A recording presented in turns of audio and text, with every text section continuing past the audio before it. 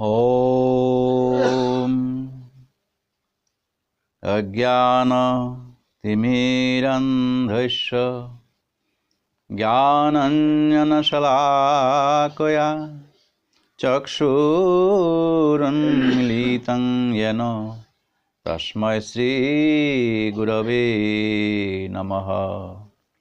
वन्देऽहं श्रीगुरु श्रीयुतपदकमलं श्रीगुरुन् वैष्णवंश्च श्रीरूपं साग्रजातं सहगण रघुनाथान्वितं तं सजीवं साद्वैतं सावधूतं परिजनसहितं कृष्णचैतन्यदेवं श्रीराधा कृष्णपादान् सहगणललिता श्रीविशाखान्वितांश्च। हे कृष्ण करुणा सिन्धु दीनबन्धु जगत्पते गोपेश गोपिका कान्त राधाकान्त नमोस्तुते। तप्त कंचन गौरांगी राधे वृंदावनेश्वरी वृषभानुसुते देवी प्रणमामि हरिप्रिये। वृंदायै तुलसीदेव्यै प्रियायै केशवस्य च विष्णुभक्तिप्रदे देवी सत्यवत्यै नमो नमः। निगमकल्पतरुर्गलितं फलं शोकमोखादमृतद्रवसंयुतं पिबत भागवतं रसमालयं मुहुरहो रसिका भुवि भावुका। नारायणं नमस्कृत्य नरं चैव नरोत्तमं देवीं सरस्वतीं व्यासं ततो जयमुदीरये। वञ्चाकल्पतरुभ्यश्च कृपासिन्धुभ्यैव च पतितानां पावनेभ्यो वैष्णवेभ्यो नमो नमः। जय जय श्री चैतन्य जय नित्यानंद जय अद्वैत गदाधर श्रीवासदि गौर भक्तवृंद। हरे कृष्ण कृष्ण कृष्ण हरे हरे हरे राम राम राम हरे हरे। हरे कृष्ण कृष्ण कृष्ण हरे हरे हरे राम राम राम हरे हरे। हरे कृष्ण कृष्ण कृष्ण हरे हरे हरे राम राम राम हरे हरे। आज एक पुण्य दिने आमरा एखाने समवेत हलाम, केनना भक्त बांछा कल्पतरु गौरांग महाप्रभुर अशेष कृपाय एकदिके এই বৈশাখ মাসে বৈষ্ণবগণের যে পরম আরাধ্য ভগবান শ্রীকৃষ্ণের যে তারা সেবা নিয়মিতভাবে করে আসছেন এবং এই বৈশাখ মাসের আরও এক পুণ্য দিন সামনে আছে, সেটা হলো অক্ষয় তৃতীয়া। এই অক্ষয় তৃতীয়াকে আমরা সামনে রেখে আজ যে আমরা এই পরম বৈষ্ণব শ্রদ্ধেয় সুরেন্দ্র দাস মহাশয়, যিনি পূর্বতন এতদ অঞ্চলের পরম ভাগবত এবং ভাগবত বক্তা, এবং আমরা ওনার অনুসরণে আস্তে আস্তে ওনারই আশীর্বাদে আমরা এই ভাগবত গ্রন্থ আদিতে আলোচনায় আমরা ওনার আশীর্বাদে আশীর্বাদ পুষ্ট হয়ে আমরা এইখানে এই ওনারই প্রদর্শিত পথ যে ভাগবত প্রচার, এতে আমরা সংযোগ হয়ে আছি। তো ওনার শারীরিক অবস্থায়, যেহেতু এই পৃথিবীতে জীব জন্মগ্রহণ করার পরেই ত্রিতাপ জ্বালায় আমাদেরকে কেবল অহরহ দগ্ধ করছে, আর সেই ত্রিতাপ জ্বালায় যে আস্তে আস্তে করে বয়সের ভারে তিনি এ থেকে বিদায় নিয়েছেন আমরা বলতে পারি না, কিন্তু জনসমাগমে শারীরিক অবস্থায় তিনি আর এখানে যোগদান করতে পারছেন না। কিন্তু অন্তর সব সময় সদা সর্বদাই ভগবানের কাছে তিনি বর্তমানে যে সম্পূর্ণ এই মানসিক ভাব ভগবানের কাছে অর্পণ করে কেবল শ্রীকৃষ্ণ চরণ সেবায় নিয়োজিত হয়ে আছেন। এবং ওনার সান্নিধ্যে আজ আমরা এসে এই অক্ষয় তৃতীয়ার পূর্বলগ্নে পরম ভাগবতবৃন্দ এখানে যারা উপস্থিত হলেন, এই আপনারা এখানে সঙ্গ দেওয়ার জন্য যে এখানে এসেছেন, ওনাদেরও সাহচর্যে আমরা অতি অল্প পরিসরের মধ্যে আমরা এখানে সমবেত হলাম। এখানে শ্রদ্ধেয় আমাদের আগরতলার পরম বৈষ্ণব শ্রদ্ধেয় লেহাও সিংহ মহাশয়, পরম ভাগবত তিনি, এবং নবদ্বীপের গোবিন্দবাড়ি যেখানে ভুবনেশ্বর সাধু ঠাকুর প্রতিষ্ঠা করেছেন, সেইখানে তিনি অঙ্গাঙ্গিভাবে জড়িত হয়ে আছেন। আর শ্রদ্ধেয় যার উদ্দেশ্যে আমরা এখানে সমবেত হয়েছি, সুরেন্দ্র দাস মহাশয়, তিনিও এই ভাগবত যে আমরা অল্প একটু আলোচনা করব, এবং উনারই উদ্দেশ্যে আজ আমরা এখানে পরম সৌভাগ্য এই পাঠ শ্রবণের যে পেয়েছি, ওনার কৃপা এবং ওনার আশীর্বাদে এই ভাগবত আসরটা আমরা পেলাম, ওনাকে আমরা কাছে পেলাম। এবং শ্রদ্ধেয় নন্দলাল দেব মহাশয়, তিনিও এখানে এসেছেন, পরম ভাগবত, এবং আমাদের রামাপদ দেব, তিনিও আমাদের এখানে জড়িত। ওনারা চামেলা থেকে এসেছেন, আমাদের পরম সৌভাগ্য। আমরা অতি অল্প পরিসরের মধ্যেই এই শ্রদ্ধেয় সুরেন্দ্র দাস মহাশয়ের বাকি যে জীবন আছে তা যাতে ভগবানের কাছেই যেরকম করে নিয়োজিত করেছেন, এবং অন্যথা না হয়ে ভগবত ভজন সাধনেই বাকি দিনটুকু যে তিনি কাটিয়ে যান, এই উদ্দেশ্যেই আমরা আজ ভগবানের কাছে কৃপা প্রার্থনা হয়ে এখানে সমবেত হয়েছি। তো এই সব সৎসঙ্গ, এই সব ভাগবত ওনাদের সঙ্গে এসে আজ আমার পরম সৌভাগ্য হলো যে ওনাদেরই আশীর্বাদে আমি ভাগবতের দু একটা কথা আলোচনা করতে চাই। তো এই বিষয়ে আমাদের এই রামকৃষ্ণনগরের অতি পরিচিত কালীবাড়ি, তাঁরই পশ্চিমে এই শ্রদ্ধেয় ভাগবত বক্তার বাসস্থান, এবং এ যেন এক মহাতীর্থ। তীর্থ তা থেকেও আরও বেশি তীর্থ এটা আজ হলো, কারণ একদিকে এই সামনে অক্ষয় তৃতীয়া, আর একদিকে পরম বৈষ্ণবগণের মিলন, তার উপরে আবার এই ভাগবতের সঙ্গ নিয়ে সৎসঙ্গ, যেটা এ যেন একটা ত্রিবেণী সঙ্গম। আর এই ত্রিবেণী সঙ্গমে কি বলেন, সব তীর্থ বারবার, ওই প্রয়াগ বা ত্রিবেণী সঙ্গম একবার যদি আমরা এইখানে এই ভাগবত কথা নিয়ে স্নাত হয় এই পুণ্যদিনের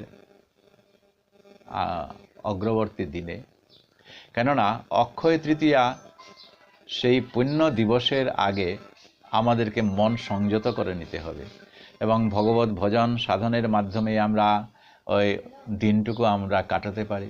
সেই কারণে আগের দিন যেটা, সেটা আমাদের অত্যন্ত গুরুত্বপূর্ণ। তাই এতদঞ্চলের দেবদেবীগণ এবং গৃহদেবতা সবাইকে প্রণাম জানিয়ে, ভাগবত ভক্তগণ যারা এসেছেন সবাইকে প্রণাম জানিয়ে আজ আমরা এই সামান্য কিছু ভাগবতের কথা আলোচনা করব।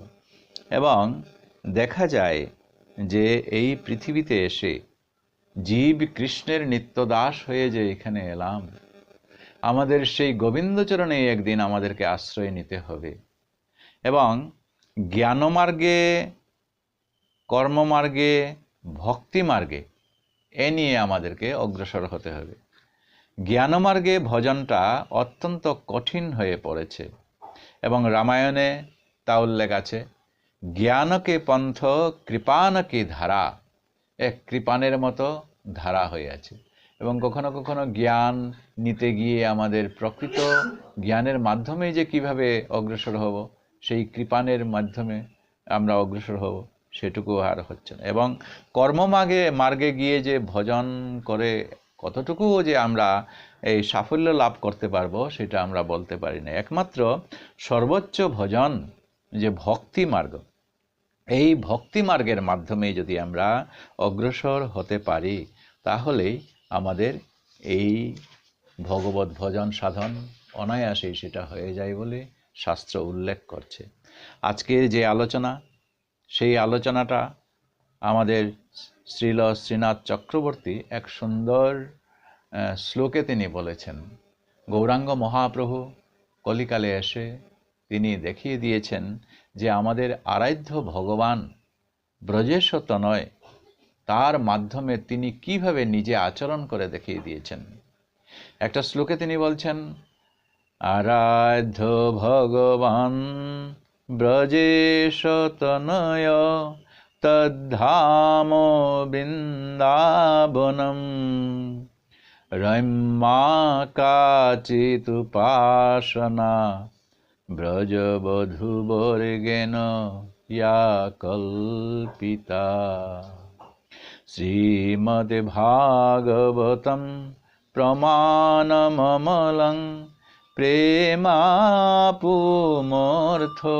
মহান শ্রীচৈতন্য মহাপ্রভু মতমিদম তত্র আদরণ পর। যে আমাদের আরাধ্য ভগবান, তিনি হচ্ছেন ব্রজেশ তনয়, অর্থাৎ যিনি বৃন্দাবনের সেই বঙ্কবিহারী, সেই ভগবান শ্রীকৃষ্ণ। এবং যে আলোচনা আমরা করব সৎসঙ্গে, সৎসভায় এবং ভাগবতের সন্নিধানে, সেইখানে সেই আরাধ্য ভগবানের সেই কথাটাই আমরা যেন আলোচনা করতে পারি। যখন রায় রামানন্দের সঙ্গে গৌরাঙ্গ মহাপ্রভু মিলিত হলেন, তখন তিনি কতকগুলা প্রশ্ন করেছিলেন এবং সেই যে কথা আমাদের আলোচনা হবে, সেইগুলোর মধ্যে তিনি বলছিলেন যে কোন কথা মধ্যে সার। তখন তিনি বলছিলেন যে কৃষ্ণ কথা মধ্যে সার। গতিকে আমাদের এই যে আরাধনা এবং ভগবানকে যে আমরা আরাধনা করি, সেই ব্রজেশ তনয়, এবং তিনি কোথায়, সেই কৃষ্ণ বলতেই আমরা বুঝি সেই ব্রজধাম, সেই বৃন্দাবন।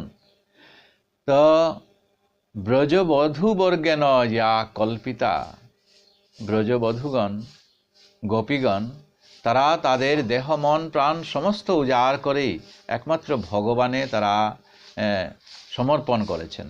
এবং স্পষ্টতই আমরা জানতে পারি, যখন পরম ভক্তরূপে জানবার জন্য ভগবান শ্রীকৃষ্ণ যে নারদকে বলছিলেন যে আমার এই শিরারোগ্য যদি হতে হয়, তাহলে ভক্তের ধুলি চাই, আর সেই ভক্তের ধুলি নিতে গিয়ে তখন তিনি ব্রহ্মলোকে ব্রহ্মার কাছে, শিবলোকে শিবের কাছে, যোগী ঋষিদের কাছে তিনি গিয়েছিলেন, কিন্তু কেউ তো আর দিতে পারেননি।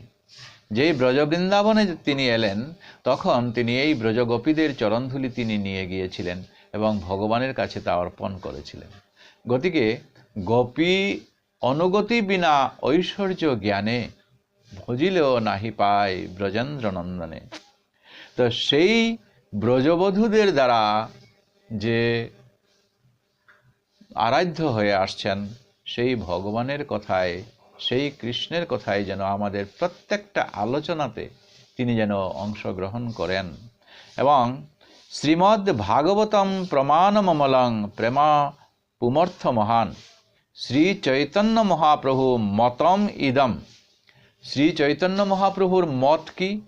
শ্রী চৈতন্য মহাপ্রভুর মত হচ্ছে এইটাই, যেরকম করে গোপীরা ওই ভগবান কৃষ্ণ ছাড়া তারা আর কিছু জানেন না, আবার এই গৌরাঙ্গ মহাপ্রভু চৈতন্য মহাপ্রভুও তিনি বলছেন যে তার মত কি, তত্র আদর ন পর। এই ভাগবতকে আদর করা, ভাগবতকেই গ্রহণ করা, ভাগবতের কথা অনুসারেই আমাদেরকে চলতে হবে, ন পর, আর অন্য কিছু নয়।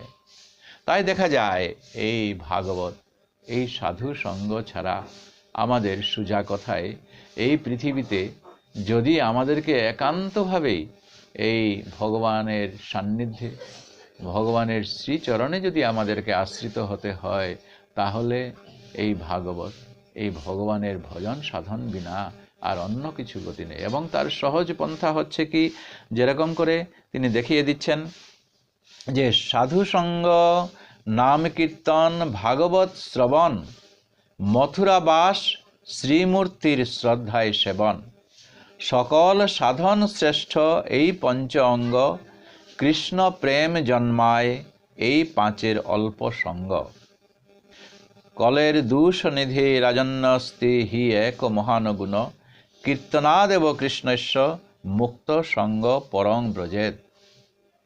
এই যে পাঁচের অঙ্গ যেটা বলল, এর মধ্যে আমাদের এখানে আসছে সাধু সঙ্গ। ক্ষণমপি সজ্জন সঙ্গতি রেখা, ভবতি ভবার্ণবে তরণী নৌকা। আমাদের যদি এই সংসারে যদি আমাদেরকে চলতে হয়, তাহলে এই সৎসঙ্গ ক্ষণমপি, সামান্য সময়ের জন্য যদি আমরা এইভাবে সৎসঙ্গ নিতে পারি, সাধু সঙ্গ যদি নিতে পারি, তাহলে কি হয় যে আমরা অনায়াসে এই ভবসাগর আমরা পাড়ি দিতে পারি। এবং এই যে কলি, তার দোষ যে অধিক, অত্যধিক, রাজন অস্তি হি এক মহান গুণ। শুকদেব গোস্বামী যখন পরীক্ষিত মহারাজকে তিনি বলছেন যে অনেক অনেক দোষ, কিন্তু একটা গুণ আছে তার মাঝখানে, সেটা কি বলছেন যে কীর্তনাদেব কৃষ্ণস্য মুক্ত সঙ্গ পরং ব্রজে। যদি ভগবানের গুণনাম কীর্তন করা যায়, সাধু সঙ্গে যদি নাম কীর্তন, ভাগবত শ্রবণ এবং শ্রদ্ধায় শ্রীমূর্তির সেবা যদি আমরা করতে পারি, এইগুলার মাধ্যমে কি হবে, আস্তে আস্তে তখন কৃষ্ণ প্রেম জন্মাবে এবং এই কৃষ্ণ প্রেমের মাধ্যমেই আমাদের সেই ভক্তি জাগরিত হয়ে উঠবে। ভক্তির মাধ্যমে আস্তে আস্তে আমরা তখন গোবিন্দচরণে আশ্রিত হতে পারব। তাই ভাগবতে একটা সুন্দর শ্লোক আছে, শ্রবণাৎ দর্শনাৎ ধ্যানাৎ ময়ি ভাব অনুকীর্তনাৎ নো তথা সন্নিকর্ষেণ প্রতিয়াত তত গৃহান। এই শ্লোকটা রাস পঞ্চ অধ্যায়ের। ব্রজের গোপীগণ যখন ভগবান শ্রীকৃষ্ণের বংশীধ্বনি শ্রবণ করে, তারা রাত্রিকালে ভগবান শ্রীকৃষ্ণের সাথে মিলিত হতে গিয়েছিলেন, তখন ভগবান বলছিলেন যে দেখো, আমার সঙ্গ পেয়ে যে ভক্তরা যে একেবারে, অথবা বৈকুণ্ঠে আমার সঙ্গে থেকে যে তারা একেবারে উন্নীত হবেন, এমন কোনো কথা নয়। আমাকে এইভাবেই যদি তারা লাভ করতে চায়, তাদের কাছে ভাব উদয় হতে হয়, তাহলে কি হচ্ছে যে শ্রবণাৎ, আমার বিষয়ে যে ভগবান ইহধামে এসে যে সমস্ত লীলা করে গেছেন, সেই যে কথাগুলা, কাহিনীগুলা যদি আমরা শ্রবণ করতে পারি, এবং শ্রীমূর্তির দর্শন ও ধ্যান এবং নিরন্তর কীর্তন, কীর্তন মানে কি, ভগবানের কথা আলোচনা করা, ভগবত সম্বন্ধীয় কৃষ্ণ বিষয়ক গান গাওয়া, কথা বলা, এইগুলাই হচ্ছে কীর্তন। আর এইগুলা যদি নিয়ে কোনো ভক্ত যদি এইভাবেই তারা পরস্পর আলাপ আলোচনা এবং মূর্তি দর্শন আদি তারা করে থাকেন নিরন্তর, বলছেন এইখানে যে তাদের একটা অভ্যাসে সেটা পরিণত হয়ে যাবে, যে এই দেখলাম আর তো আর প্রয়োজন নেই, আর ভাগবত শুনলাম আর প্রয়োজন নেই, আবার হঠাৎ করে, এইরকম না। বলছেন নিরন্তর, অন্তর না দিয়ে, যে কেবল লেগে থাকা, ওই লেগে থাকার মাধ্যমেই এই ভগবান বলছেন যে আমার কাছে এইসব ভক্তদের এইরূপে যদি তারা থাকেন, তাহলে তাদের যে ভাব উদয় হয়, একদম সাক্ষাৎ আমার সাথে থাকলেও এতটুকু ভাব হতে পারে না। তাই গোপীদেরকে তুমি বলছিলেন যে দেখো, তোমরা তো ওই ঘরে ঘরে থেকে কখনো কখনো যখন তোমরা ক্ষীরসরলনি তৈরি করো, কোনো কিছু যখন তৈরি করো, এবং তোমাদের যে মনটা আছে আমার প্রতি, যে সকালে উঠেই আমার যে একবার দর্শন পাবে, এইটাই তো চাইছি আমি। এইভাবেই তোমরা আমাকে পাবে, অতএব তোমরা গৃহে ফিরে যাও বলে তিনি তাদেরকে এইরকম উল্লেখ করেছিলেন। তো যাক, এখন আমাদের এই পৃথিবীতে এসে যে ধর্ম, অর্থ, কাম, মোক্ষ মানব জন্ম গ্রহণ করার পরে এই চতুর্বর্গের আস্তে আস্তে যেরকম করে আমাদের এই চতুরাশ্রমটা ফেলে আমাদেরকে এই শেষ পরিণত বয়সে আমাদেরকে আসতে হয়, যে ব্রহ্মচর্য, গার্হস্থ, বানপ্রস্থ, সন্ন্যাস, এই সময়ের মধ্যে একদিকে ওই চতুর্বর্গের সঙ্গে মুখ্যতা আমাদের প্রাপ্ত হতে হয়। এবং সেই মুখ্যতা সম্পর্কে এই ভাগবতে মহামুনি বেদব্যাস তিনি একাদশ স্কন্ধে সেটা উল্লেখ করেছেন। তার দু একটা শ্লোক আমরা আজকে আলোচনা করব। যে গোবিন্দ তিনি জরাসন্ধের আক্রমণে 19 বারের সময় তিনি এই দ্বারকায় তিনি চলে গেছেন। যখন ক্রমাগত 18 বারের মতো তিনি আক্রমণ করলেন, তাদের সৈন্যদেরকে নিপীড়িত করে ওই জরাসন্ধকে ভগবান শ্রীকৃষ্ণ ছেড়ে দিলেন। এবার তিনি কি করবেন কি না, এত যুদ্ধ করার পরেও তারা পরাজিত হচ্ছে না কৃষ্ণ বলরাম, তখন তিনি একটা ভগবানের প্রণাম মন্ত্র একটা জানতে পারলেন যে নমো ব্রহ্মণ্য দেবায় গো ব্রহ্মণ্য হিতায় চ জগৎ হিতায় কৃষ্ণায় গোবিন্দায় নমো নমো। ভগবানের এই প্রণাম মন্ত্রে দেখলেন ভগবান অত্যন্ত ভালোবাসেন এই দুইটা জিনিসকে। সেটা কি, যে ব্রহ্মণ্য হিতায়, গো ব্রহ্মণ্য হিতায়, গোজাতি এবং ব্রাহ্মণ, ব্রাহ্মণ বলতে বৈষ্ণব, ব্রাহ্মণ তাদেরকে। গতিকে তিনি একটা চাল চাললেন যে সমস্ত বৈষ্ণব এবং ব্রাহ্মণদেরকে তিনি নিমন্ত্রণ করে খুব ভালোভাবে তাদেরকে সেবা করলেন, এবং অতঃপর তিনি তাদের কাছে একটা আশীর্বাদ চাইলেন। কেননা তারা খুব গোবিন্দ তাদেরকে খুব সম্মান করেন, অর্থাৎ তাদের কথাগুলাই অবশ্যই সেটা ফলতে হবে, যে এবারের যে আক্রমণ ভগবান শ্রীকৃষ্ণ এবং বলরামকে যে জরাসন্ধ আক্রমণ করবেন, তাতে যেন তার জয়ী হয়, তারা যেন কথা দেন। এখন ওই জরাসন্ধের ভোজনও তারা গ্রহণ করেছেন, কথা যদি না দেন মহা মুশকিলে পড়বে, এবং কৃষ্ণও যদি এইবারে যদি না হেরে যান তো তাদেরকে তো কি যে করবেন। এই কারণে এই সেবা অন্তে তারা তখন ভগবান শ্রীকৃষ্ণের কাছে এলেন, এবং আসার পর তারা বললেন যে দেখুন, আমরা তো কথা দিয়েছি, এইবারে আপনি হেরে যান, না হলে আমাদের অবস্থা খারাপ হবে। তো তারা এইভাবে বলার পর ভগবান শ্রীকৃষ্ণ তখন নিজে ইচ্ছা করে প্রবর্ষণ নামক সেই পর্বতে তিনি এবং ভ্রাতৃ বলরাম দাউজি উঠে গেলেন। তারা চতুর্দিকে আগুন লাগিয়ে দিলেন, আর সেখান থেকেই ওই দ্বারিকা নগরীতে তিনি এসেছিলেন। সেই যে দ্বারকা নগরীতে তিনি আসলেন তাদের পরিবার সহ, ওই দ্বারকা নগরী তিনি শুকদেব গোস্বামী বলছেন যে গোবিন্দ ভুজ গুপ্তায়াং দ্বারবৈত্যাং কুরুদ্বহ অবাসিত নারদ অভিঘ্নম কৃষ্ণ উপাসনা লালসা। কৃষ্ণ উপাসনার লালসায় নারদমুনি মাঝে মাঝে যখনই অবসর পেতেন, তখন তিনি এই গোবিন্দের ভুজগুপ্তে আশ্রিত, অর্থাৎ গোবিন্দের বাহু দিয়ে আশ্রিত এই দ্বারকায় তিনি এই শ্রীকৃষ্ণের কাছে তিনি দর্শন লাভের লালসা নিয়ে তিনি এইখানে আসতেন। আর এসে তিনি তখন এই ভগবান শ্রীকৃষ্ণের সান্নিধ্যে এবং বাসুদেবের সান্নিধ্যে তিনি বসে থাকতেন। এখন শুকদেব মুনি বলছেন যে দেখুন হে রাজন, কো নু রাজন ইন্দ্রিয়বান মুকুন্দ চরণাম্বুজম ন ভজেদ সর্বত মৃত্যুর উপাস্যম অমর উত্তময়।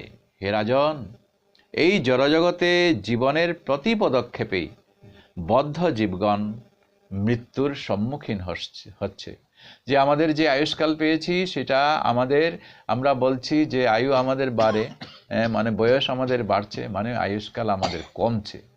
যতই আমরা অগ্রসর হচ্ছি ততই আমরা কিন্তু বুঝতে পারছি না জন্মের সাথে সাথে আমরা মৃত্যুকে নিয়ে এসেছি। তাই মৃত্যুর দিকে প্রত্যেক জীব অগ্রসর হচ্ছে। কিন্তু এই মহান শুদ্ধ আত্মাগণ যারা নাকি এই ইন্দ্রিয়বান, এই যে ইন্দ্রিয়গুলা আমরা পেয়েছি, চোখ, কর্ণ, নাসিকা, জিহ্বা, ত্বক আদি যেগুলা পেয়েছি, এইগুলাকে যদি আমরা কাজে লাগাতাম, আর এই কাজে লাগানোর মাধ্যমে কি হবে, সেই কাজে লাগানোটা গোবিন্দচরণেই যেন আমরা, অর্থাৎ গোবিন্দ বিষয়ক যেন আমরা যদি করতে পারি, তাহলেই আমাদের বেশ হয়ে গেল। আজ শুকদেব মুনি কৌশলে বলছেন যে প্রত্যেকটা ইন্দ্রিয়ের কথা, যে অম্বরীশ রাজা কি করতেন, যখন রাজ্য পরিচালনা করতেন তখন নিজে পূজারী রাখলেও সেই মন্দিরে তিনি নিজে একবার অন্তত পক্ষে সেখানে যেতেন, এবং হস্ত যে তিনি পেয়েছেন সেটা দিয়ে মন্দির মার্জন করছেন, চোখ দিয়ে তিনি গোবিন্দচরণ দর্শন করছেন, বৈষ্ণব দর্শন করছেন, কান দিয়ে কৃষ্ণ কথা শ্রবণ করছেন, কৃষ্ণ নাম কৃষ্ণ লীলামৃত কথা তিনি শ্রবণ করছেন। তো এইভাবেই, এবং পদ চরণ পেয়ে তীর্থ পরিক্রমা করছেন, মন্দিরে তিনি চলে যাচ্ছেন। তো এইগুলা যদি আমাদেরকে কাজে লাগায় তাহলেই কি হবে, গোবিন্দ মুকুন্দ চরণে আমরা তখন আস্তে আস্তে এইভাবেই আমরা অগ্রসর হতে পারব। তাই বসুদেব মুনি যখন নারদ মুনিকে পেলেন তখন বলছেন, দেখুন হে নারদ মুনি, ভগবান ভবত যাত্রা শস্তয়ে সর্বদেহিনাং কৃপণানাং যথা পিতৃ উত্তম শ্লোক বর্তমানম। বসুদেব বলছেন নারদ মুনিকে, হে প্রভু, সন্তানদের কাছে পিতার পরিদর্শনের মতো আপনার এই পরিদর্শন, অর্থাৎ কি সবসময় পিতা মাতা এই সন্তানদেরকে একবার খেয়াল নজর রাখেন। ঠিক সেই রকম করে যারা সাধু সন্ত আছেন, ওই সাধু সন্তরা মাঝে মাঝে একবার আমাদের গৃহে তারা আসেন, এবং গৃহে আসার উদ্দেশ্যটা কি, যারা এই জড়জগতের মধ্যে গৃহাসক্ত হয়ে আছেন সেই সব জীবের, সেই সব গৃহীদের কল্যাণ করার জন্য, এবং ভগবানের যে সমস্ত লীলা কথা আছে সেই লীলা কথাগুলা প্রচার করে এই গৃহীদেরকে তারা তখন এই ভগবত পদে আশ্রিত করে দিতে পারেন। তাই দেবতাদের আচরণে প্রাণীদের জীবনে সুখ সমৃদ্ধি হয়তো পেতে পারে, কিন্তু সেই দেবতারা কিন্তু স্বার্থপর। যেই প্রত্যেক দেবতাদেরকে এইভাবে কখনো পূজা পার্বণ আদি করা হয়, আর যদি একটু এদিক সেদিক হয়ে যায় তাহলে তারা কি করেন, একদিকে তার বিপরীতও করে থাকেন। যেমন পবন দেবতা কি করেন, যে পবন দেবতা যখন ধীর সমীর বয়ে যায় তখন আমাদের শরীরে খুব ভালো লাগে, বাতাসটা পেলে পড়ে আমাদের, কিন্তু কাল বৈশাখী ঝড় নিয়ে যখন আসবে তখন কি অবস্থাটা হবে, আমাদের সব ঘর দুয়ার সবগুলা ভেঙে দেবেন। তো একই সঙ্গে তিনি কি করছেন, আরামদায়কও বটেন আবার নষ্টও এইরকম করে দিচ্ছেন। বরুণ দেবতা কি করছেন, অল্প অল্প বৃষ্টি যদি দেন তো ভালো, কারণ আমাদের এই জলের আরেকটা নাম হচ্ছে জীবন, কিন্তু সেটা যখন অতি বেশি পরিমাণে হবে তখন প্লাবিত করে আমাদেরকে বন্যায় একেবারে ছারখার করে দেবে। গতিকে দেখা যায় যে তারা কখনো ভালো করেন, কখনো খারাপও করে থাকেন, কিন্তু যারা প্রকৃত সৎ, যারা প্রকৃত বৈষ্ণব, তারা যদি একবার দর্শন মাত্র যদি আমরা তাদেরকে পাই, তাদের যে করুণা, বলছেন একটা শ্লোকে, তিতিক্ষব কারণিকা সুহৃদ সর্বদেহিনাম অজাত শত্রুব শান্তা সাধব সাধু ভূষণা। এরা তো সাধু সন্ত, সাধুর লক্ষণ এই যে তারা সহনশীল, কৃপাময় এবং সর্বজীবের সুহৃদ, তার কোনো শত্রু নেই, তিনি শান্ত, তিনি শাস্ত্রের নির্দেশ অনুসারে আচরণ করেন এবং তিনি সকল প্রকার সদ্গুণে তিনি বিভূষিত হয়ে আছেন। গতিকে দেখা যায় যে এই সাধু সন্তদের যদি আমরা একবার পেয়ে থাকি তাহলেই আমাদের সব কিছু হয়ে যায়।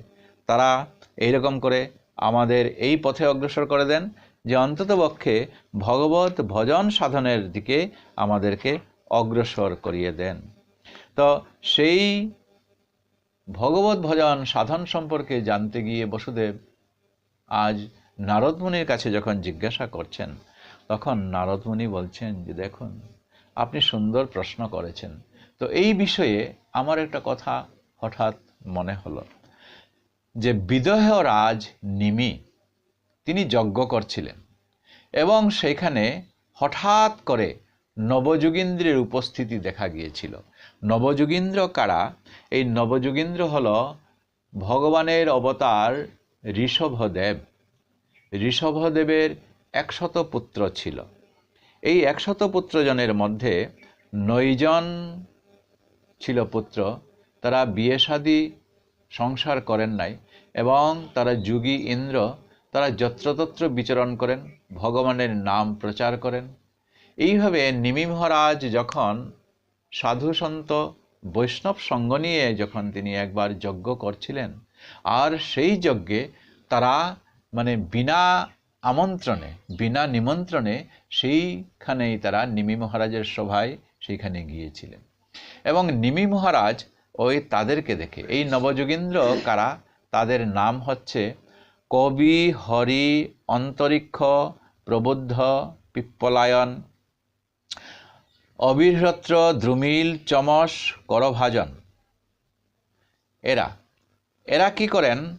মন্য ভগবত সাক্ষাৎ পার্শ্বদানবৌ মধুদিবীশ বিষ্ণুর ভূতানি লোকানাং পাবায় চরন্তিহি। তারা যত্রতত্র বিচরণ করেন এবং এইসব ভক্ত ভগবত পার্ষদ তাদেরকে কিভাবে গোবিন্দচরণে আশ্রয় করে দেওয়া যায় সেই সমস্ত সৎসঙ্গ তারা করে থাকেন।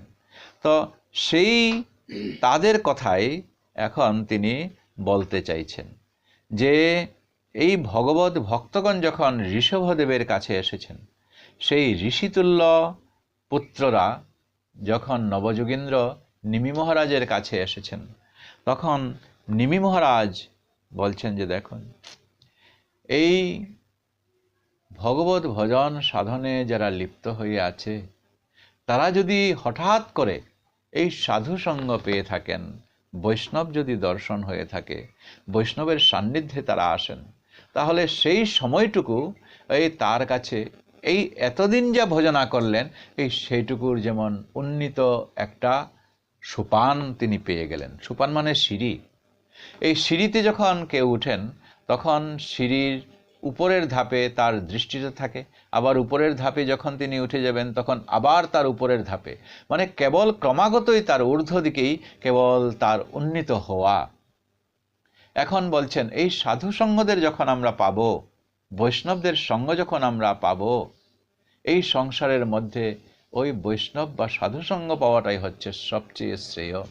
যদি কোনো কিছু আমাদের লাভ এবং আমাদের সর্বশ্রেষ্ঠ কিছু পাওয়া যদি আমরা মনে করি, এই সাধু সঙ্গ পাওয়া এইটাই আমাদের। ওই যে আগে উল্লেখ করলাম ক্ষণমপি সজ্জন সঙ্গতি রেখা, এটার তুলনা নাই এই সাধু সঙ্গ পাওয়াটা। আজ নিমি মহারাজ তাদেরকে পাদ্য অর্ঘ্য দিয়ে তিনি বলছেন যে আপনারা যখন এসেছেন তখন আপনাদের কাছ থেকে কিছু আমি জানতে চাই বলে তিনি কতকগুলা প্রশ্ন করছিলেন। এইগুলা প্রত্যেকেই এক একটা উত্তর দিয়েছিলেন এবং তার প্রশ্ন কি ছিল সেটা ভাগবতে উল্লেখ আছে। আমরা অত্যন্ত সংক্ষেপে সেটা বলতে চাই এইটাই যে সর্বোত্তম কল্যাণ কি? বৈষ্ণব, ভগবত ভক্ত তথা ভাগবত ব্যক্তির ধর্ম, স্বভাব, আচার, বাক্য এবং লক্ষণ কি কি? পরমেশ্বর বিষ্ণুর বহিরঙ্গা মায়া কি? এই মায়া থেকে মানুষ কিভাবে নিস্তার লাভ করতে পারে? ব্রহ্মের স্বরূপ কি? ফল ভোগমূলক কর্ম, শ্রী ভগবানের উদ্দেশ্যে সমর্পিত কর্ম এবং নৈষ্কর্ম, এই 3 ধরনের কর্ম কাকে বলে?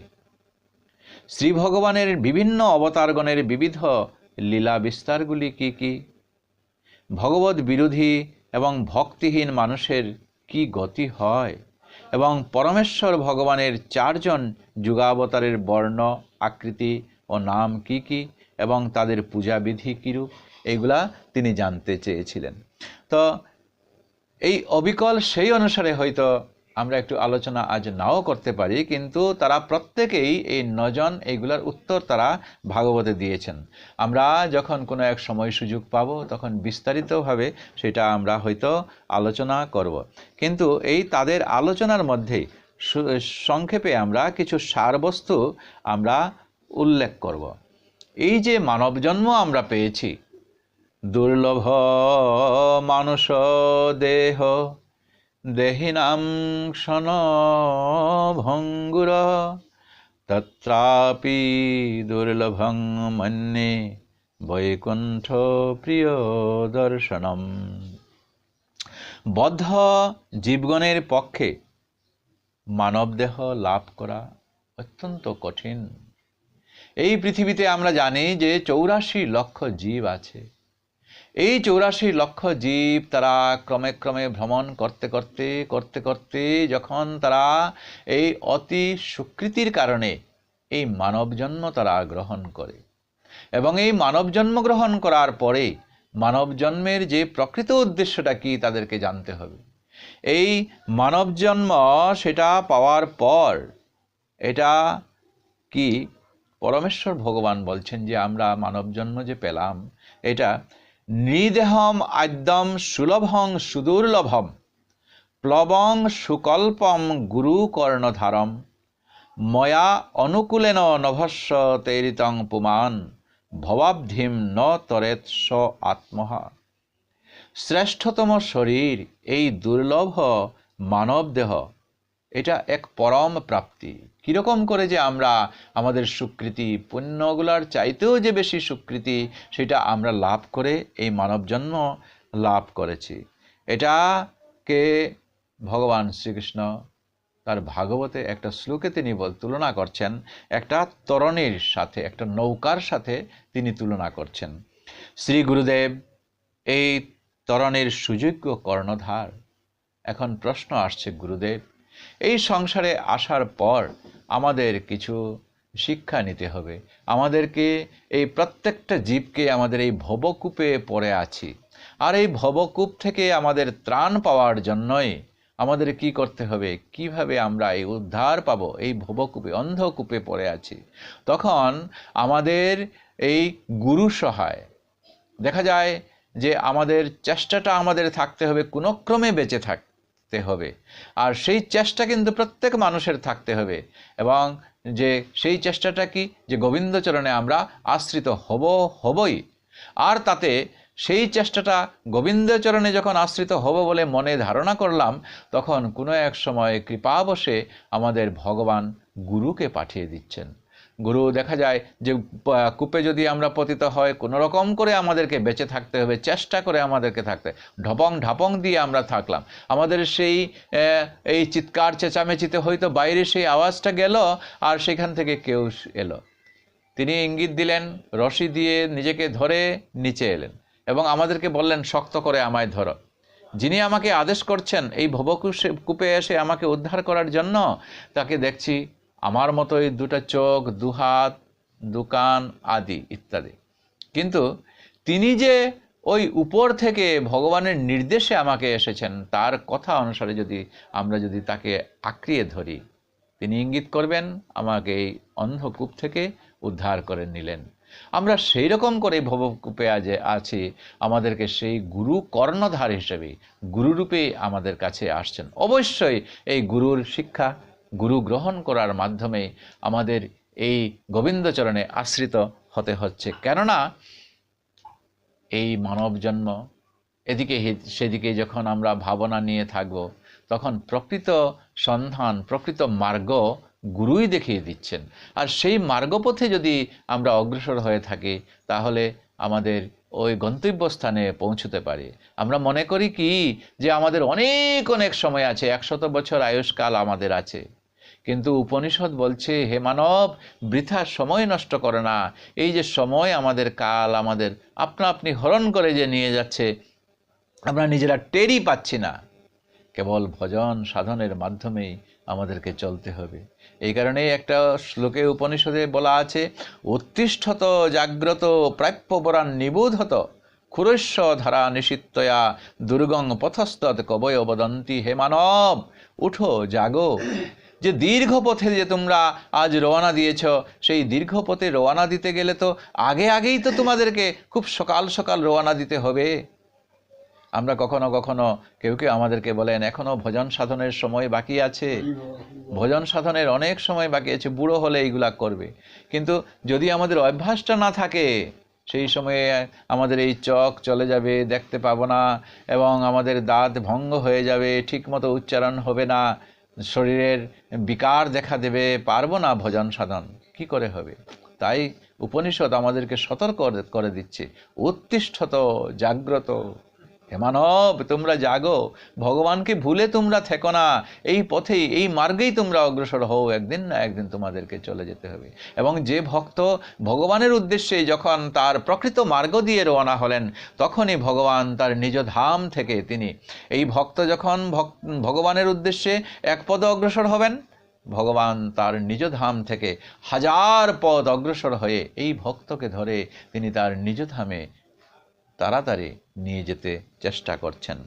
এবং তাই বলছেন যে গুরুদেব এই তরণীর সুযোগ্য কর্ণধার, এবং তা পরিচালনা করার জন্য অনুকূল পবন, বাতাস। সেই বাতাসটা কি?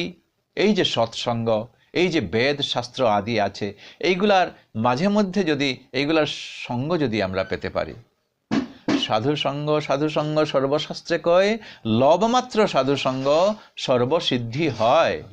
সাধুরা তো অন্য কথা আর বলবে না, কিভাবে এই মার্গে আমরা অগ্রসর হতে পারি সেইগুলাই তাদের একমাত্র মুখে কথা।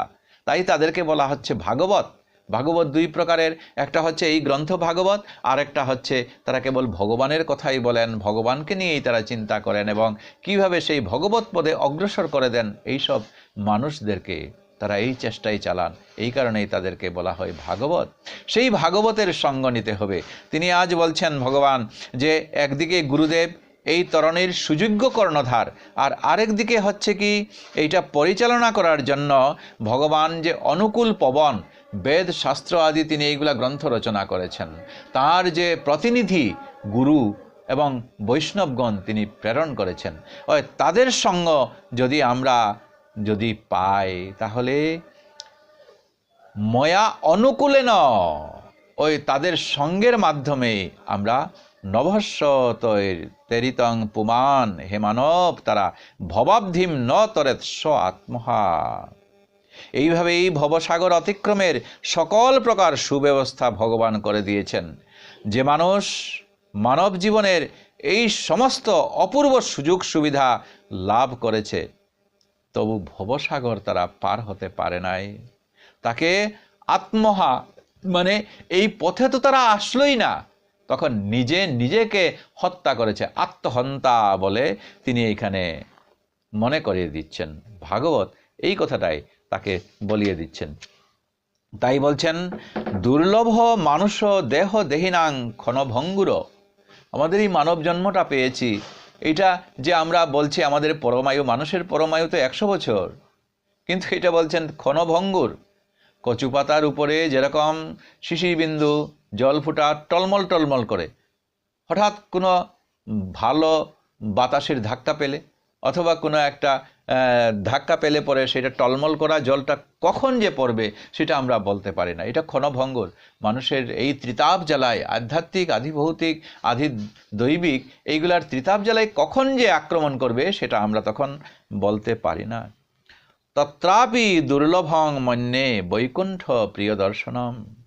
তথাপিও বলছেন, মানব জন্ম যারা পেয়েছেন তাদের পক্ষে ভগবান শ্রী বৈকুণ্ঠের প্রিয়ভাজন শুদ্ধ বৈষ্ণব ভক্তগণের সাহচর্য অতিশয় দুর্লভ। এই যে বৈষ্ণব সান্নিধ্যে যদি আমরা আসতে পারি, এই দুর্লভ তাদেরকে পাওয়া। তাই তিনি পরবর্তী শ্লোকে বলছেন যে অত আত্যন্তিকম ক্ষেমম পৃচ্ছাম ভবত অনঘা সংসারে অস্মিন ক্ষণ অর্ধয়োপি সৎসঙ্গ সেবধীনাম। অতএব হে পূর্ণ নিষ্পাপ মহাপুরুষগণ, এই নিমি মহারাজ ওই নবযুগেন্দ্রদেরকে বলছেন যে তিনি প্রশ্ন করছেন, কৃপা করে পরম মঙ্গল বিষয়ে আমাকে কিছু বলুন। বাস্তবিকই জন্ম এবং মৃত্যুর এই জগতের মাঝে ক্ষণার্ধ কালের জন্য কোনো শুদ্ধ ভগবত ভক্তের সঙ্গ যদি আমরা লাভ করতে পারি, যে কোনো মানুষের জীবনেই তা পরম নিধি। যে আমরা এই জীবনের মধ্যে কি কি পাই বলে আমরা এরকম উল্লেখ করে থাকি, কিন্তু সেই পাওয়াগুলোর মধ্যে যে নিধি, যে রত্ন যে আমরা পাবো, সেই রত্নটা কি আমাদেরকে কৃপা করে একটু বলুন না বলে তিনি এইরকম করে তাদের কাছে তিনি আজ উল্লেখ করছেন। ইয়ে বৈ ভগবতা প্রক্তা উপায়া হি আত্মলব্ধয়ে অঞ্জ পুংসাম বিদুষাং বিদ্ধি ভাগবতান হি তান। পরমেশ্বর ভগবান স্বয়ং যে সকল পদ্ধতি নিরূপণ করেছেন তা অনুসরণ করলে অজ্ঞজন্ম পরমেশ্বর ভগবানকে অনায়াসে উপলব্ধি করতে পারেন।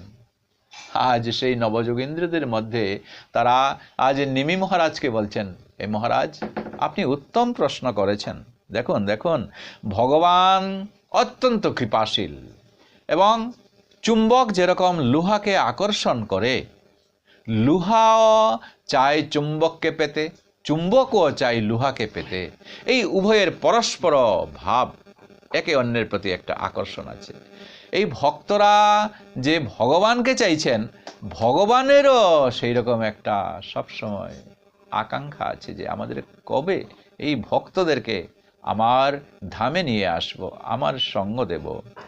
আর এই কারণেই ভগবান কি করেছেন যে প্রক্তা উপায়া হি আত্মলব্ধয়ে, কতকগুলা উপায় তিনি পরমাত্মার উপলব্ধির জন্য তিনি নিরূপণ করেছেন। অঞ্জ পুংসাম বিদুষাম বিদ্ধি ভাগবতান হিতান। অজ্ঞজন্ম যাতে পরমেশ্বর ভগবানকে অনায়াসে উপলব্ধি করতে পারে, পরমেশ্বর ভগবান এই পদ্ধতি যেগুলা নিরূপণ করেছেন, ওই তাকেই বলছে ভাগবত ধর্ম। ভগবানের কাছে যাওয়ার জন্য যে সমস্ত পদ্ধতি অবলম্বন করলে আমরা যেতে পারি, পরম পুরুষোত্তম ভগবানকে প্রেম ভক্তি নিবেদনের উপায় স্বরূপ তিনি যে পথ দেখিয়ে দিয়েছেন, সেইগুলাই আমাদেরকে গ্রহণ করতে হবে। আজ বলছেন যে আমাদের এই যে আগেই উল্লেখ করলাম অঙ্গ প্রত্যঙ্গ এবং ইন্দ্রিয়গুলা, কায়েন বাচা ইন্দ্রিয়ৈবা বুদ্ধ্যা আত্মনা অনুসৃত স্বভাবাৎ করোতি যৎ সকলম পরস্মৈ নারায়ণায় ইতি সমর্পয়েৎ। সমর্পয়েৎ সমর্পণ করা। বদ্ধ জীবন ধারণার এই যে আমরা চলেছি, এই জীবনধারার মাঝে মাঝে নিজ নিজ বিশেষ প্রকৃতি অনুসারে মানুষ তার কায়েন মনসা বাচা, মন দিয়ে, বাচা কথা দিয়ে, ইন্দ্রিয় দিয়ে, বুদ্ধি আত্মনা, বুদ্ধি এবং শুদ্ধ চেতনার দ্বারা যে সমস্ত কিছু করছে, এইগুলা এখন আমাদের যেগুলা কাজ কর্ম আদি এইগুলা করে যাচ্ছি, এইগুলা সব কি করতে হবে? আমরা তো এই পৃথিবীতে জন্মগ্রহণ করেছি কি আইতে উলঙ্গ যাইতে উলঙ্গ, মাঝখানে কেন মায়ার বেড়া। আর এই পৃথিবীতে এসে তখন নিজের শরীরকে ঢেকে এই আমার ভিটা, এই আমার পুত্র, এই আমার আমার আমার বলে আছি। এবং যদি সেই ডাক যখন আসবে, ভগবানের কাছে যখন যাব, তখন আবার কি হতে হবে? ওই পূর্বের মতো অবস্থা ধারণ করে সবগুলা পৃথিবীর জিনিস এই পৃথিবীতেই রেখে দিয়ে যেতে হবে। ভগবান আমাদের জন্য আগে থেকেই সেইগুলা সব শৃঙ্খলায় রুটিন মাফিক সেইগুলো সব আমাদের জন্যই করে দিয়েছেন। এই ভক্ত সেখানে গেলে তার এই পরিবেশের মধ্যে যেন আমাকে স্মরণ করতে পারে, সেটাই তিনি চাইছেন। দেখুন, যেই মাতৃ জঠরে আমরা এসে গেলাম, ভগবান মাতৃ তখন খাদ্য নিয়ে আমরা মাতৃজঠরের মধ্যে বাড়তে থাকলাম। যেই মাত্র আমরা ভূমিষ্ঠ হয়ে গেলাম, মাতৃস্তনামৃতে আমরা তখন বৃদ্ধি পেতে লাগলাম। যেই মাত্র আমরা নিজেরা খাওয়া শুরু করলাম, আর তখন এই মাতৃস্তন তখন বন্ধ হয়ে গেল। ভগবানের এমন সেই সুশৃঙ্খলা এই প্রত্যেকটা জীবের জন্য তিনি এইগুলা করে দিয়ে গিয়েছেন। এখন এইগুলা যখন আমরা করি, তখন মাঝে মাঝে আমাদের এক একটা অহংকার এসে যায়, আমরা জানি না, আর আমরা তখন ভাবি এই আমার সেই আমার। ভগবান বলছেন যে এইগুলার সুপথ আমি করে রেখেছি, এবং সেইগুলা জানতে হবে এই সাধু সঙ্গে। এবং তিনি গীতায় সেই উপদেশও দিয়েছেন, ইয়ৎ করোষি যদস্নাসি যজ্জুষি দদাসি যৎ ইয়ৎ তপস্যসি কন্তেয় তৎ কুরুষ মদ অর্পণম।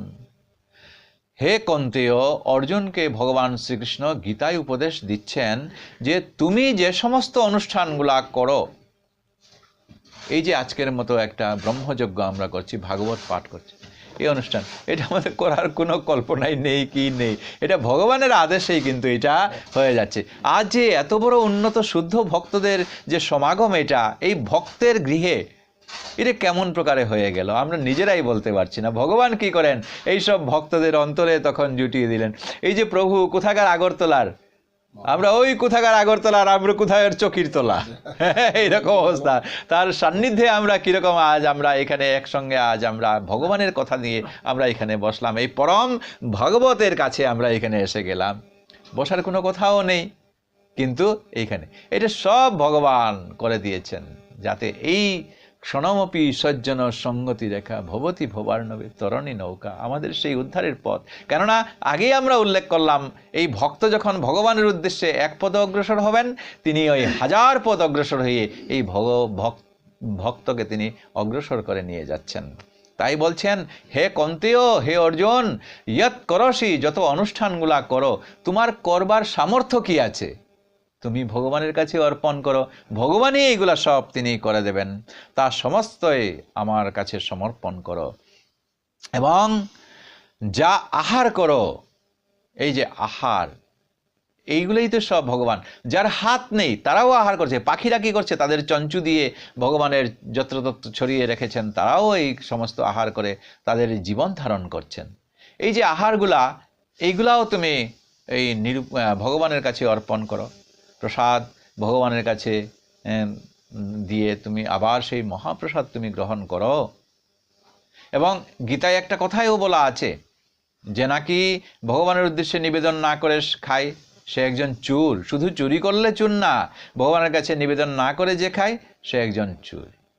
এবং বলছেন যে হোম যজ্ঞ আদি যা তপস্যা, যা জপ, যা কিছু করো, জানো না জানো, জ্ঞাতে অজ্ঞাতে, এগুলো সব আমার কাছে সমর্পণ করো। তার সমস্তই আমার উদ্দেশ্যে যদি সমর্পণ করো, তার দোষী এইগুলো তো আমি আছি। আর এই যে উৎসব অনুষ্ঠান এইগুলা করবে, এইগুলোর মাধ্যমেই তখন তুমি অগ্রসর হতে পারবে। তাতে হয়তো বিভিন্ন আপত্তি উঠতে পারে, যেহেতু আমাদের অতি সাধারণ কাজকর্মগুলা আমাদের জড়জাগতিকের দেহ, জড়জাগতিক মনের সাহায্যে অনুষ্ঠিত হয়ে থাকে। গতিকে কত ভুল ত্রুটি এইগুলা হয়ে যাবে, কিন্তু এই ভগবান কি করেন, সেই সব ত্রুটিগুলা নিয়ে তিনি চান কেবল কি, ওই ভক্তিটাই তিনি চাইছেন, ভক্তিটাই, ভক্তির মাধ্যমেই তখন আস্তে আস্তে সে অগ্রসর হতে পারবে। আজ এই যে ভগবানের বহিরঙ্গা মায়া বলে আচ্ছন্ন হয়ে জীব দেহ আত্মবুদ্ধির ফলে জড়জাগতিক দেহটাকে তার স্বরূপ সিদ্ধান্তে বিভ্রান্ত হয়ে আছে। এই যে আগেই উল্লেখ করলাম যে আমাদের এই দেহ যদিও আমরা নিজেরা চালনা করছি, কিন্তু এটা আমরা পুতুল নাচের মতো, যিনি চালক তিনি আমাদেরকে পুতুল নাচাচ্ছেন, তারই উদ্দেশ্যে আমরা এরকম করেই চলে যাচ্ছি। ভগবানের সেবক রূপে তার স্বরূপ সত্তায় যেন আমরা বিভ্রান্ত না হয়, এবং এই বিবেক বুদ্ধি সম্পন্ন মানুষ মাত্রই তাকে আস্তে আস্তে অগ্রসর হতে হবে। কেননা মানুষ নামটাতেই আছে তার মান এবং হুশ। নিজের মানটা রক্ষা করবে এই ভগবত ভক্তরূপে নিজেকে সেজে, এবং তার প্রতিটি পদক্ষেপে তার হুশ থাকতে হবে। আমি যে কাজগুলা করছি এগুলা ভগবত বিষয়ক কিনা, এই হুঁশটা রেখে তার আস্তে আস্তে এইভাবেই অগ্রসর হতে হবে। এবং মানুষ মাত্রেই শ্রী গুরুদেবকে আরাধ্য দেবতা এবং একান্ত প্রিয়তম জ্ঞানে ভক্তি সহকারে তার দর্শিত উপদেশে ভগবানের আরাধনা করে করে সে তখন অগ্রসর হতে থাকবে। আজ সেই ভগবদ ভক্ত তারা এখন আস্তে আস্তে এই সম্পর্কে আরও গাঢ়ভাবে উল্লেখ করছেন যে দেখো, আর একটু আলোচনা করি। এবং ব্রত স্বপ্রিয় নাম কীর্ত্য়া জাত অনুরাগ দ্রুত চিত্তায়ুচ্চৈ হসতি অথ রুদিতি রৌতি গায়তি উন্মাদবৎ নৃত্যতি লোকবাজ্য। আজ এই ভক্তগণের তিনি উল্লেখ করছেন, আমার ভক্তগণ সদ্গুণ সম্পন্ন সবাই, এরা পরমেশ্বর ভগবানের পবিত্র নাম যখন তারা কীর্তন করতে থাকে তখন তারা নিজেদের দেহে তারা থাকে না। এই মানুষ ভগবত প্রেমে তখন উন্নীত হয়ে যায় এবং কখনো কখনো কি হয়, তারা তখন অনুরাগে দ্রুতচিত্তে উচ্চই হসতি, ভগবানের নাম করতে করতে তারা আনন্দে হাসতে থাকে। এবং কখনো কখনো অথ রুদতি, ভগবানের নাম গাইতে গাইতে তারা ভগবানের কাছে প্রেম নিবেদন করতে করতে তারা তখনও কাঁদতে থাকে, কখনো কখনো নাচতে থাকে, কখনো কখনো প্রেমে বিভোর হয়ে ভগবানের নামে তারা একেবারে বিভোর হয়ে যায়। তাদের যে বাহ্য গুণ, বাহ্য ভাবটা পর্যন্ত তারা এইভাবেই হারিয়ে ফেলেন। রৌতি, কাঁদতে থাকে। উন্মাদবৎ, উদ্দণ্ড নৃত্য তারা করতে থাকে। গৌরাঙ্গ মহাপ্রভু রথে যখন টানা হচ্ছে তখন রথের সামনে তিনি উদ্দণ্ড নৃত্য লাফাচ্ছেন, তিনি বুঝতে পারছেন না, জয় জগন্নাথ জয় জগন্নাথ বলে তিনি এইরকম করে তিনি লাফাচ্ছেন, এইরকম করে তার শরীরে যে হাত পা ভাঙবে, কি হবে সেটা তিনি আর লক্ষ্য করছেন। এই গোবিন্দ ভগবান জগতের নাথ সম্পর্কে তিনি এরকম করে হাসছেন। তো এইভাবেই তার হৃদয়, ভক্তের হৃদয় যতই প্রেমের ভাব উল্লাসে বিগতিত হতে থাকে ততই উন্মাদের মতো এইরকম করে আচরণগুলা সে করতে থাকে এবং চিৎকার করে ভগবানকে ডাকতে থাকে। সে বাহ্য জ্ঞান সব হারিয়ে ফেলে উন্মাদের মতো হয়ে থাকে। ভগবানকে সে তখন তার মনের মধ্যে, হৃদয়ের মধ্যে তখন বসিয়ে ফেলে যায়। আর লোকে তখন তাকে দেখে কি পাগল পাগল ভেবে তাকে আখ্যান দিয়ে এই নানা প্রকারের তাদের জাগতিকের ভাবনাগুলা তাদেরকে লোকনিন্দা তারা তাকে করতে লাগে। কিন্তু এই লোকনিন্দা থাকলেও তিনি কি হবেন, সেই ভগবত ভক্ত তিনি উদার হয়ে থাকেন। কৃষ্ণ নাম মহামন্ত্র যখন গৌরাঙ্গ মহাপ্রভুকে গুরুদেব দিলেন তখন বললেন, যাও তুমি এটা। আর প্রকাশানন্দ সরস্বতীর কাছে যাওয়ার পর প্রকাশানন্দ সরস্বতী তখন এসে বললেন, আহা, দেখছি তুমি একজন পরম সাধু, কিন্তু সাধুদের তো এই বেদ শাস্ত্র এইগুলা জানতে লাগে, তুমি তো কিচ্ছু জানো না, কেবল এই মহামন্ত্র দিয়ে কলিকালের জীবগণকে কিভাবে তুমি উদ্ধার করবে? তখন বলছেন যে আমি মহামূর্খ, আর মূর্খ জেনে আমার গুরুদেব এই নাম ছাড়া তুমি কলিকালে আর কিছু বুঝতে পারবে না, এই বলে তিনি আমাকে এইটা দিয়েছিলেন। বেদ শাস্ত্র এইগুলো আমার এতটুকু জানার নেই। এখন এই নামটা জপতে জপতে তখন গুরুদেবের কাছে গেলাম, গিয়ে তখন বললাম, কিবা মন্ত্র দিলা গুসাই, কিবা তার বল, জপিতে জপিতে সেই নাম আমি হইলাম পাগল। এখন সেই নামটা জপতে জপতে আমি পাগল হয়ে গেছি। গতিকে তখন গুরুদেব বলছেন, এই গৌরাঙ্গ, দেখো দেখো, কৃষ্ণ নাম মহামন্ত্রের এই তো স্বভাব, যেই জপে তার কৃষ্ণে উপজয়ে ভাব। যেই নামটা সে জপতে থাকবে তার ভাব আস্তে আস্তে আস্তে আস্তে এইরকম করে উঠবে। পঞ্চম পুরুষার্থ প্রেমানন্দামৃত সিন্ধু, মুখ্য আদি আনন্দ যার নহে এক বিন্দু। এই কৃষ্ণনাম যে একবার নিতে পেরেছে, এই ভগবানের কাছে যে একবার অগ্রসর হয়েছে, ভগবান সম্পর্কে, কৃষ্ণ সম্পর্কে যে একবার মনের মধ্যে বসিয়ে দিয়েছে এক বিন্দু, এই কৃষ্ণ নাম নিয়ে এসে আলাদা আনন্দ পেয়েছে। পাগলা গারদের ওই পাগলগুলা কতকগুলা মিলে যখন ডাক্তার 4-5 জন আসে, তখন সবাই বলছে এই দেখো পাগলগুলা বলছে আমাদেরকে নাকি তারা পাগল ভালো করবে বলে আসছে, এরা তো সব পাগল, আমরা তো ঠিক আছি বলে তাদেরকে উল্টা পাগল সাজাচ্ছেন। এই জগতের লীলাটাই হচ্ছে এইভাবে, যে ভগবত ভক্ত কোনো কিছুকেই পরম পুরুষোত্তম ভগবান শ্রীকৃষ্ণ থেকে ভিন্ন মনে করেন না। এই জগতের যত জীব, জগতের যত কিছু সৃষ্টি ভগবানেরই সৃষ্টি বলে তারা এইভাবেই মনে করছেন। আজ এই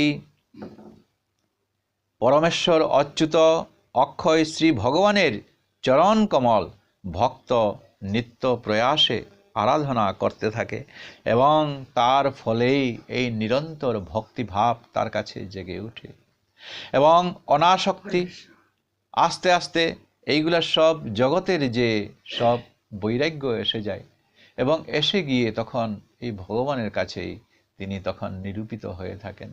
তো এইভাবেই এই নবযুগেন্দ্র নিমি মহারাজের কাছে তিনি এই কথাগুলাই বলছেন যে লেগে থাকা নিরন্তর ভগবানের কাছে থাকা, জানি না জানি কত ভুল ত্রুটি আমাদের এইগুলা হয়ে থাকে, কিন্তু এই ভগবত ভক্তগণের সঙ্গে থাকা এবং এই ভগবানের সঙ্গে থাকা, বাড়িতে কিছু একটা যা পারি তা দিয়ে এবং নিরন্তর এই ভাগবতের যদি সেবা করতে থাকি, তাহলে আমরা আস্তে আস্তে এই অন্ততপক্ষে এই ভাগবত সেই কথাটাই এই মুখ্য তার সম্পর্কে আলোচনা করতে গিয়ে একাদশ স্কন্ধে তিনি তা উল্লেখ করে দিয়েছেন, যা আমরা সংক্ষেপে আলোচনা করলাম।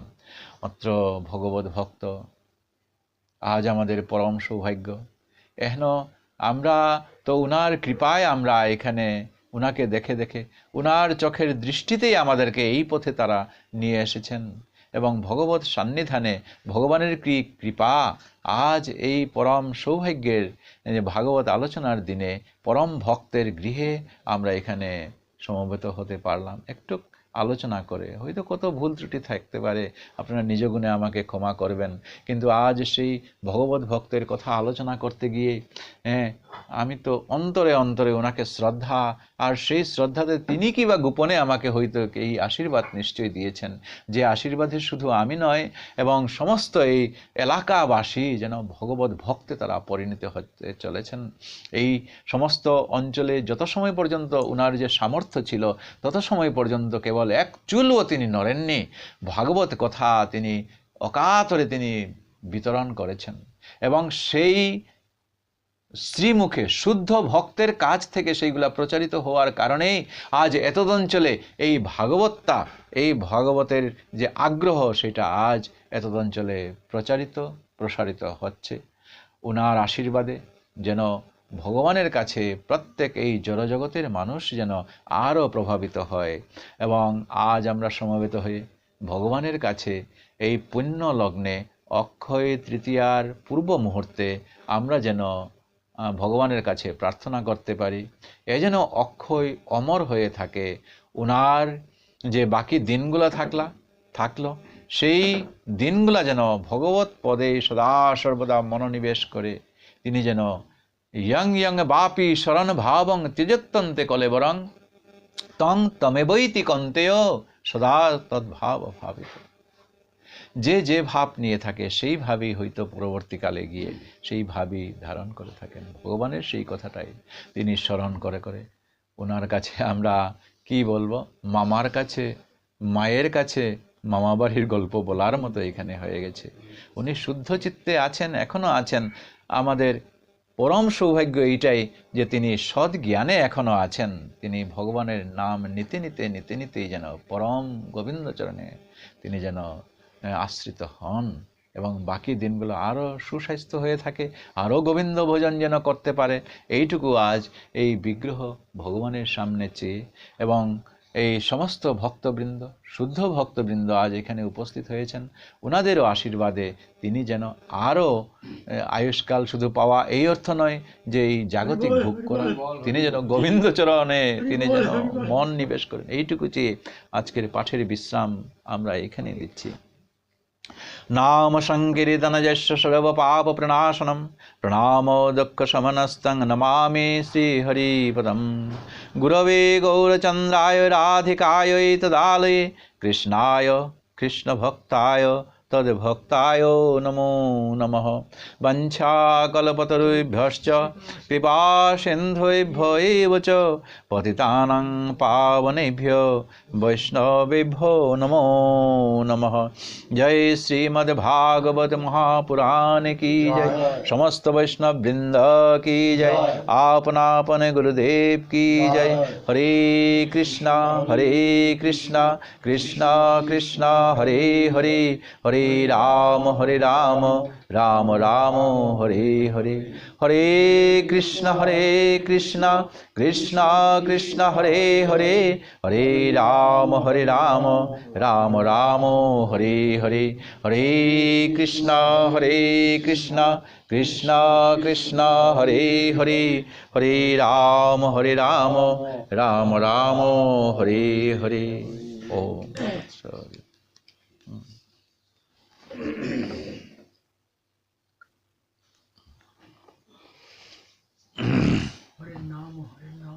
পথ বুলিয়া কই গেছিলা?